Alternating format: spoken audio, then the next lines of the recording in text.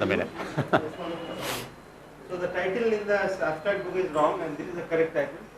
And he's from Leeds, leading expert in Dynamo.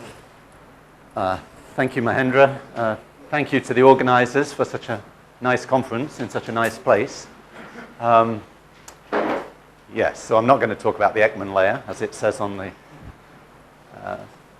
program. So I'm going to talk about some work I'm doing at the minute with colleague Fausto Catania in Chicago on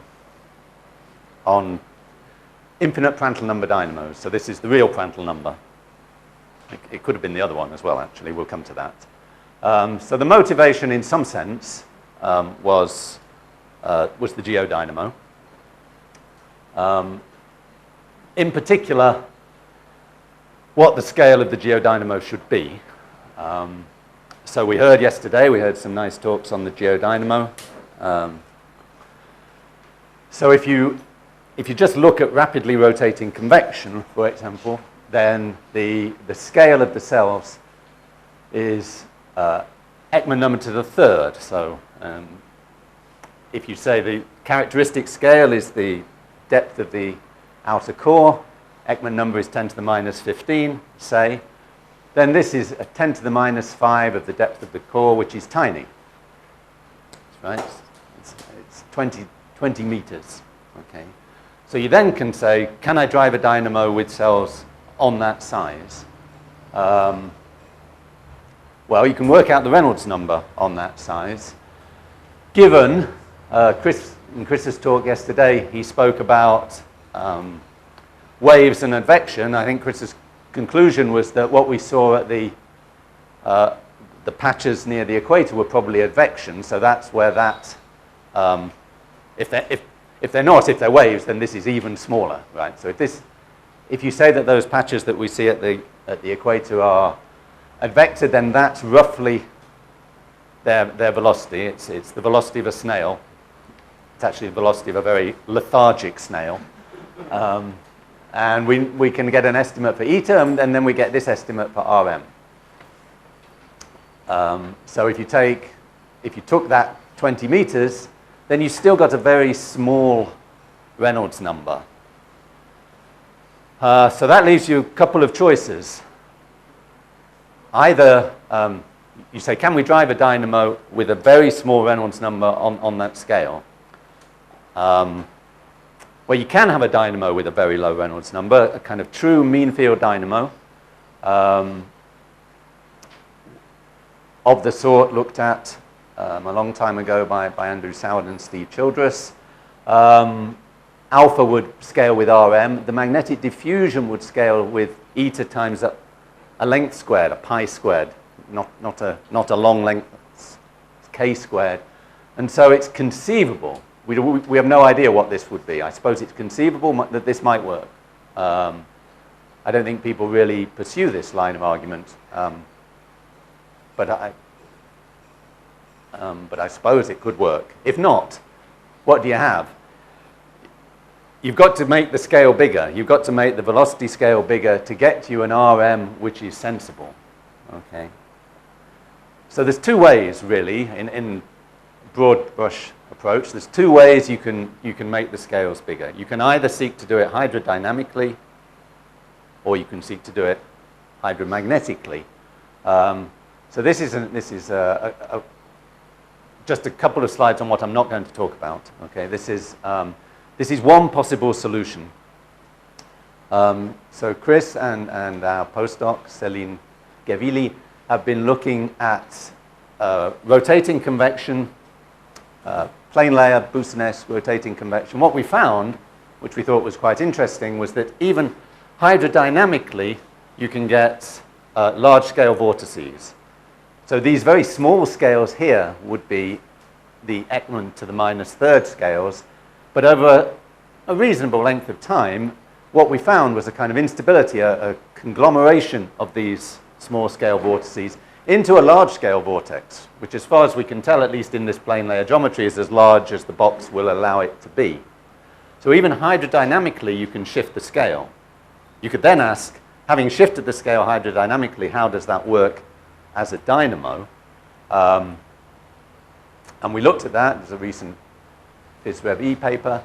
It works, and it works quite nicely as a dynamo. What kind of dynamo depends on the magnetic Reynolds number, or magnetic Prandtl number here. If the magnetic Reynolds number is big enough for dynamo action but not too big, then you can get a dynamo on the scale of the large scale flow, which is this guy. If the magnetic Prandtl number, and really the magnetic Reynolds number, is too high, then you get a small scale dynamo. It completely destroys the large scale flow. And you get a dynamo back on the small scales. So you can, and we have, put together a story where you get large scale. By large scale, I mean large compared to the original Ekman to the third scale way of doing it. First hydrodynamically, then by putting a magnetic field in. Okay, so that is one possibility. It seems to work. At least it's plausible. Okay. This, of course, is plane layer. You can discuss what might happen in a sphere. But I'm not going to talk about that anyway. So, so the alternative way is to say that the balance has to be magnetic. Right? You can't get it hydrodynamically. You have to get it magnetically. And that the dominant balance in the nonlinear state is between the magnetic, the Lorentz force, the buoyancy force, Archimedes force, Archimedean force, and the Coriolis force, so-called Mach balance. We heard about this really in Emmanuel's talk yesterday about the balance between the different forces. So that's what I'm going to talk about, how we might find such a solution in a specific dynamo model. Okay. So this is the crux, okay, of what I'm going to be talking about. I'm going to be talking about inertialess dynamos. Okay, and inertialess, really, if you look at the equations, means infinite Prandtl number. Okay, so there's various approaches to geodynamo modeling. One which has been really, very successful. It's the state of the art, really, in what we know about dynamo models. Glatzmeyer and Roberts, Uli's work, for example, is to solve the full equations. And we heard about Andy Jackson's work yesterday.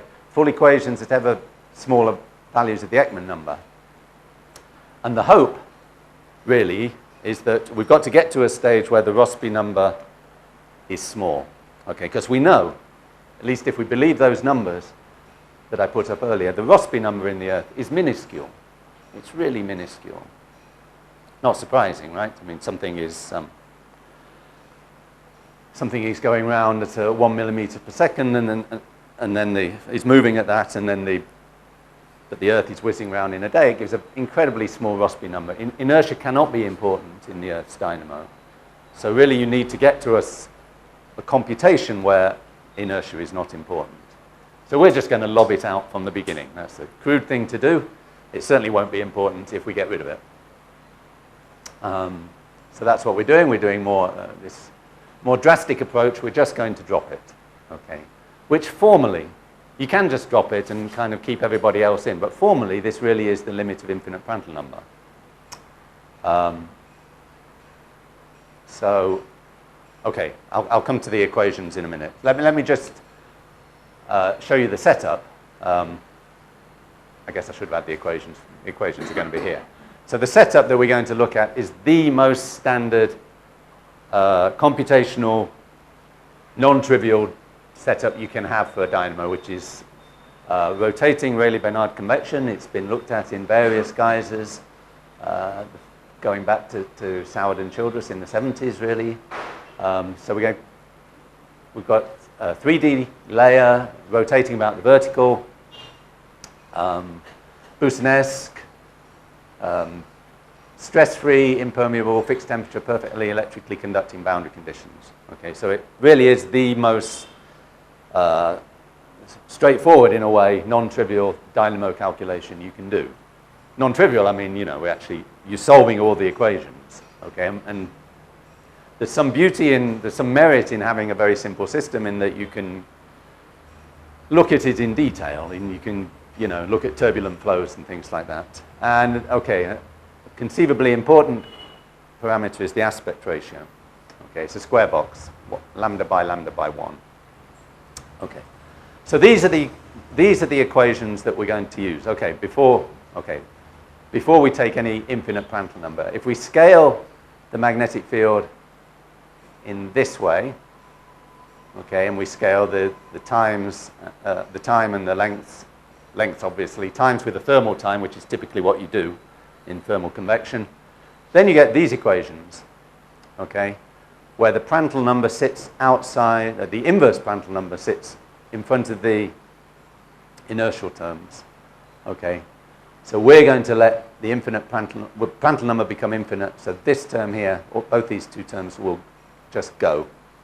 Okay, so we're going to be left with 3 input parameters and the aspect ratio. So we're going to have a Rayleigh number in a minute, which won't be this one, an Ekman number, and a Roberts number.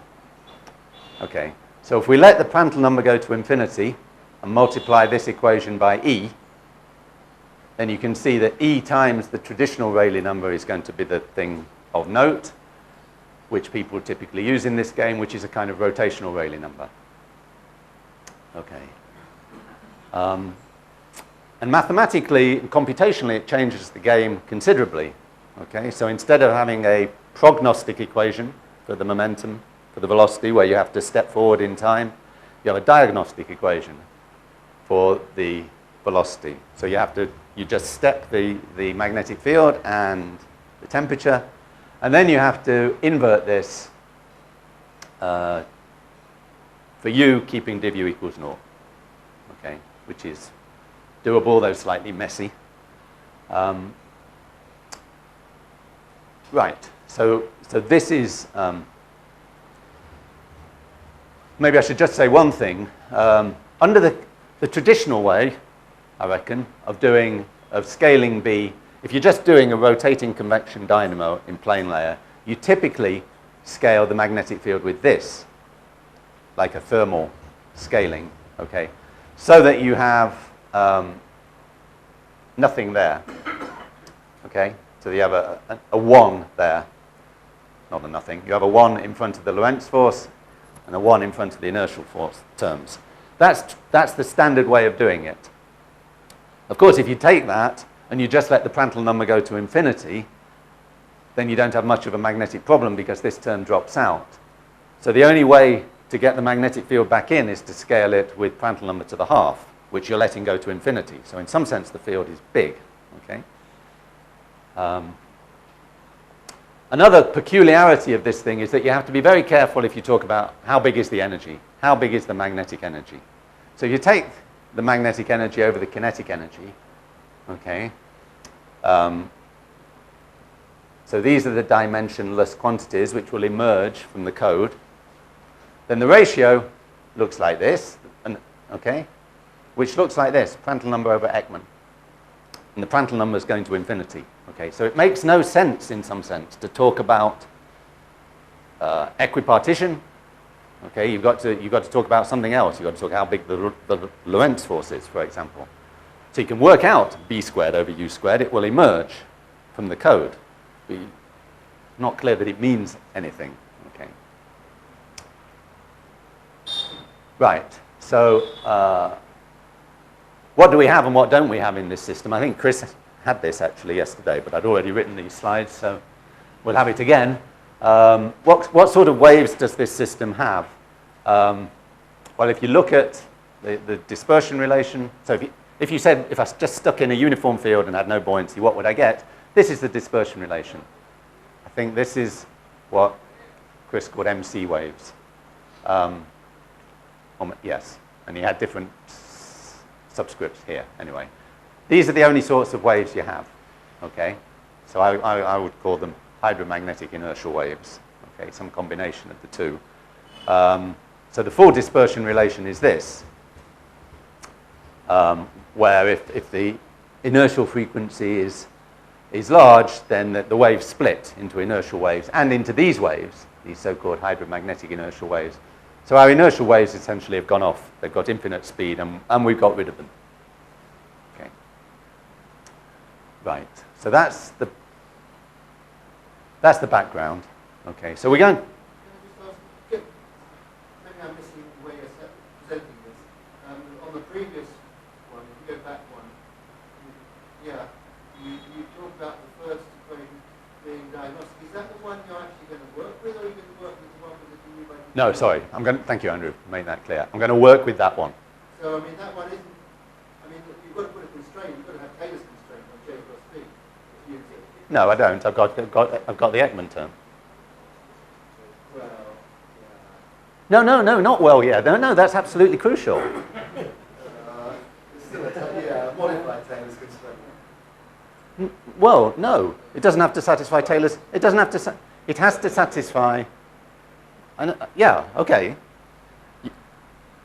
I'll leap to my conclusion to answer, one of my conclusions to answer Andrew. You're going to say, if I curl this and dot it with Z and integrate it, You've got to do the J cross B and the cross B. Yeah, you're right. then I get an exact relation, Yes. which has the integral of J cross curl in this geometry. You want to do it that way around, yeah. Okay. No, well, Yeah, okay. I agree with that. no, well, I can answer your question. It's fine, because it's an important question. It's whether it needs answering at this point or later. But Taylor's constraint in this geometry, I think Emmanuel did something like this yesterday. You curl this, right, to get rid of the pressure. And then you dot it with Z. I know you know. Then that goes. Then you integrate from 0 to 1, right? And you use the impermeability. Yeah? And you're going to get a relation involving this, curl of J cross B dot Z, integrated from 0 to 1 dz, equals E del squared omega Z. That is an exact result. So assuming we're not screwed up the numerics, it will satisfy that. Now, then you can ask, how big is that term? How big, right? You can ask, in what way is that exact result satisfied? I mean, then Taylor lobs away that term, right? So you can ask, how Taylorized is it? Absolutely. But there's no Taylor's constraint built in. I stand corrected. That's right, isn't it? Yeah, you're perfectly correct. Yeah. I agree. Had I lobbed that one away from the beginning, I agree. No, it's fine. I just don't think of it in a different way. But you're correct. Oh well. I'm not disputing what you're saying. Okay, I'll take that. I'll move on. Yeah, thanks, Andrew. Okay, so I'm going to study this as we're going to set up convection, and then we're going to put in a magnetic field. Okay. So I just put this on because the Rayleigh number is slightly different to, because it's the rotational Rayleigh number that we're using. It's the Rayleigh number versus, this is marginal stability. So the Rayleigh number, Ekman number dependence is not monotonic. It's not like when you have the traditional Rayleigh number and an Ekman number, because the rotation is in both of these guys. Okay, so it's not monotonic, but it's certainly monotonic for small enough E, and it scales as e to the minus third, which is this line. And the wavelength scales like e to the minus third, which is, you can hardly see it. The circles are the exact results, and these lines are these asymptotic results. Okay, so we're going to look, so you might say, how fast is rapid rotation? In a crude way, you might say, once we're here. Once we're at 10 to the minus 3, you might argue, at least for marginal stability, we're in the asymptotic regime. Mahendra, please. So Ekman layer should be very effective when no slip boundary condition is applied, right? No slip boundary condition. I have no. So there are no Ekman layers. I have stress-free boundary conditions. The stress-free boundary condition also Ekman layer is very important. No. So how these scaling works, even both for Well, because it's this scale, isn't it? It's the horizontal scale. So, I mean, it's like the Coriolis force on this thin scale.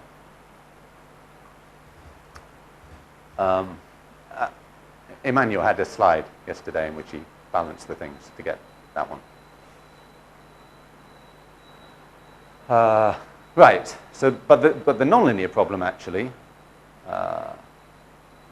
is of this infinite Prandtl number rotating convection is almost unexplored. I mean, I would argue that it's worth exploring, but I would say that. So, but previous paper, the only previous paper really that I know about it is one by Chris Jones and Paul Roberts in JFM in 2000. So this is what the nonlinear convection looks like. So just to tell you where we're going, I'm going to look at essentially two different convective states which will lead to two different dynamo states. Okay, so the motivation, remember, was can we get a large scale, can the magnetic field alter the balance? Can I get a larger scale than e to the minus a third? So I'm going to look at two convective states, one of which will lead to a state with a dynamo where the convection has not changed much. So I'm going to call that a weak field dynamo. That's my definition of a weak field dynamo. Then I'm going to look at another convective state where the dynamo changes things considerably, which is my definition of a strong field dynamo. So this is no magnetic field at the minute. This is just to show you what the convection looks like. We have lots of these, but I'm just going to focus on a couple. So this is fairly moderate, I guess, Ekman number. The critical rotational Rayleigh number is 87 for this, and this is at 500. So this is about 6 times supercritical. And this is the form of the convection. It's not regular really, and this is a snapshot. It's time dependent with these sorts of cells, and this is a cross section. Okay, where these are something like Ekman to the third, but Ekman is not small really here, especially Ekman to the third. Okay, if you make it more supercritical, then you get very pretty convection with these kind of sheets, okay, and plumes. Okay, so this is a much more supercritical convection. Okay, but I just put that in because I like that picture. So the other one I'm going to consider is this one, where the rotation is slightly faster. So decrease the Ekman number by a factor of 10. The critical Rayleigh number is now slightly larger. So this is less supercritical. Okay, this is much more rotationally constrained. Okay, you have to be. You can define that in a rigorous manner, not by a Rossby number, because there is no, but by a sort of convective Rossby number. In some sense, this is 20 times more constrained than that one. Okay, so I'm going to look at this one as a dynamo, and I'm going to look at this one as a dynamo. Okay. Again, this is the top section near the top. This is temperature near the top with these very small cells, and this is a cross section, but any cross section essentially looks like this. Okay. Right. Then we're going to introduce. So we have to get to a dynamic state, and there's various ways one could do. One could just lob in a big field. So we actually get it through a kinematic dynamo. Okay, in case you're interested in the helicity. Helicity, I'm not really going to be talking about mean field dynamo, so helicity you might say, who cares? It's to show that it's a measure at least of the rotational influence on these flows. So these are the two flows we're going to consider. They are quite helical. This is the relative helicity, which of course is between -1 and 1. A fully helical flow would be 1 or -1 as a function of depth. So it's Boussinesq, so you know that it has to change sign in the layer. And this is a snapshot. It's remarkable, really. Even though it's a very turbulent flow, these things are remarkable. Always look like this. Okay, so the more rotationally constrained one is more helical, as you would imagine. Even the other one has relatively, quite good relative helicity. So it's just a measure, really, of the effect of rotation on these flows. I'm not going to be using it in terms of alpha effects or anything like that. Okay. So what we do as a magnetic experiment is to take those two convective flows and put in a weak seed field. Okay. The magnetic energy, I've already said, the magnetic energy that comes out the code is minuscule. This has been multiplied by a huge number to get it on the same plot. But I've also said that it didn't matter because in some sense this ratio is already infinite. So you shouldn't read anything into the ratios of those two. What can you read into them? Well, that it's a perfectly good kinematic dynamo. And this one does what most people think dynamos, you know, this is a typical run of a convective dynamo. The magnetic field grows and saturates, and the kinetic energy goes down slightly. That is typical in these Boussinesq plane layer rotating dynamos. This one, on the other hand, the magnetic field grows, and you can see, right, there is a change here, a marked change, well, an abrupt change, okay, in the kinetic energy.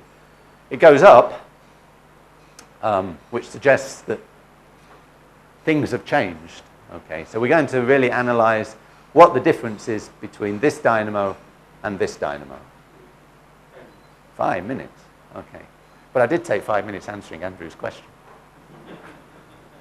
Okay, that's all right. All you had to say was I was wrong. Andrew, I'm not that foolish.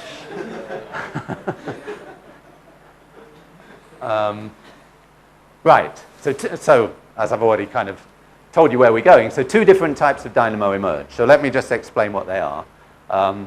So this is the E equals 10 to the minus 3 case. This is what I've already shown you, but I put it up just because it's good to compare. And this is the dynamic regime. Okay, so this is not a very scientific comparison, but I would argue that, we'll look at a more scientific one in a minute. I would argue that there isn't a massive change in scale between these two. Okay, so this is a dynamo that saturates, and the convection doesn't really change that much. Okay, whereas this one is the strong field dynamo. Okay, this is what I've already shown you. This is the convection, no magnetic field. This is a snapshot, but it looks the same at any old time, of temperature actually. But the key thing is you can see these large scales have emerged. Okay, and you can see here these large scales emerging, right? Much larger scales than these things here. So the jump, when that thing saturated and there was a big glitch in kinetic energy, it changed. It changed scale of the whole flow. Okay, so how might we look at that in a more quantitative manner? So this is how I'm going to define, you know, weak and strong field dynamos. So this is the kinetic energy, the spectrum of the horizontal kinetic energy. Okay, so this is what I call a weak field dynamo, which is peaked. So this peak here is that cell size, and even when it's saturated, yes, it's not quite the same, but it's peaked more or less the same. There is a slight growth at large scales, but nothing dramatic. Okay, I mean, it's bound to change to some extent because you've saturated the dynamo, but it doesn't do anything too different. Okay, whereas this one has changed completely. So this is the spectrum of the kinetic energy, and this peak here is this size. This small size here is this peak here. Then when it saturates, it changes completely, right? So it moves to a much larger scale. There's energy on all these scales larger. Interestingly, there's also more energy at smaller scales. Okay, so it's a very different beast, but there is a lot of energy at the large scales. Okay, so these two, yeah. So we would say that this is, you know, this is what we want in a way. This is a strong field dynamo. So what's going on? Well, one of the mathematical and computational niceties of this problem is that when you have this linear equation now for the velocity, this diagnostic equation, you've got Ez cross u equals stuff plus E del squared u. It's linear. It's linear in U, genuinely linear in U. And so you can split it unambiguously. Well, you can split it in different ways, but you can split it like this. You can split it into what we would call a thermal velocity, which is that's the convection equation with no magnetic field, and the rest, which we're calling the magnetic velocity. Okay, so we'll have an Ez cross UM. We won't have any of that, and we'll have a J cross B, and we'll have a del squared UM. Okay, so the sum of them is U, and that's, you know, you can do that. If you've got the inertial term, of course, you can never split it sensibly because U dot grad U mixes everybody. Okay, so by splitting like this, we can visualize the two contributions to the saturated velocity. So this is what they look like for the weak field and the strong field cases. Okay, so this is the vertical velocity of the the vertical component of the full velocity, the thermal velocity, and the magnetic velocity. At a time, but it didn't matter. It doesn't matter what time you take. So you can see. So I was arguing in a kind of hand-wavy way that the velocity hadn't changed much. Boy, you can really see it here, right? This is the thermal velocity, and this is the full velocity. These are almost the same. These little bits, this is what is responsible for saturating the velocity, if you like. Okay, so that's the convective flow, that's the little bit, and that's the full flow. There's precious little difference between them. Whereas for the strong field, interestingly, you can see elements of both in the full. So you can see here, this bit here is obviously this, but you can see other wiggles. I'm a bit too close to it. You can see that wiggle here, and that wiggle here, and this. So, and they're comparable.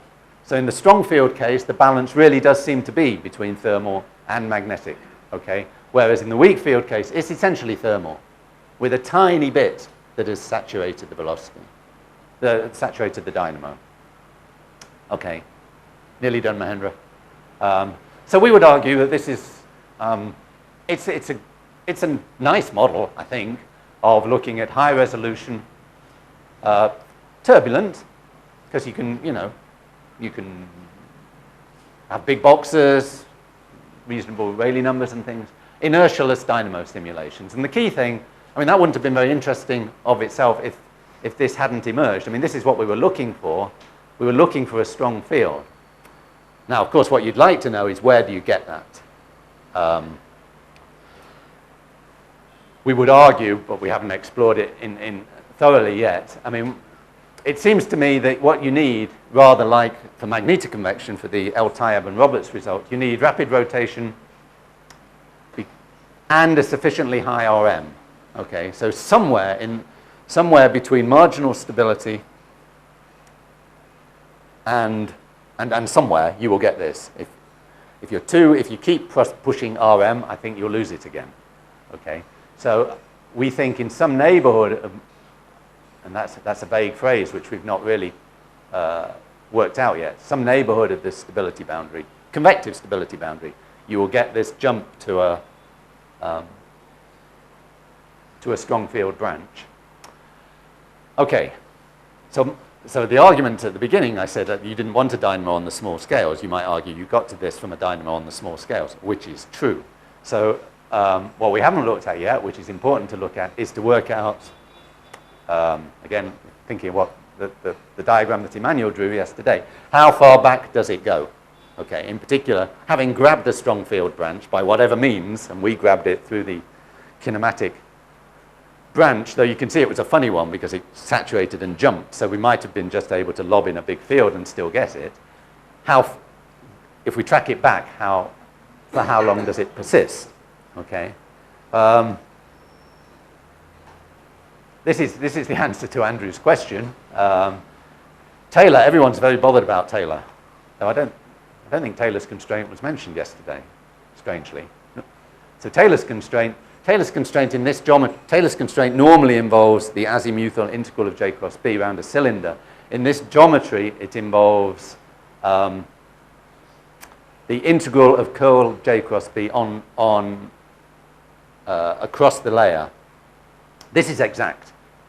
Okay, so if you solve the exact equations, this must be exact. If you then argue that omega stays regular as E tends to 0, then as E tends to 0, this gets out the way, and this is Taylor's constraint in this geometry.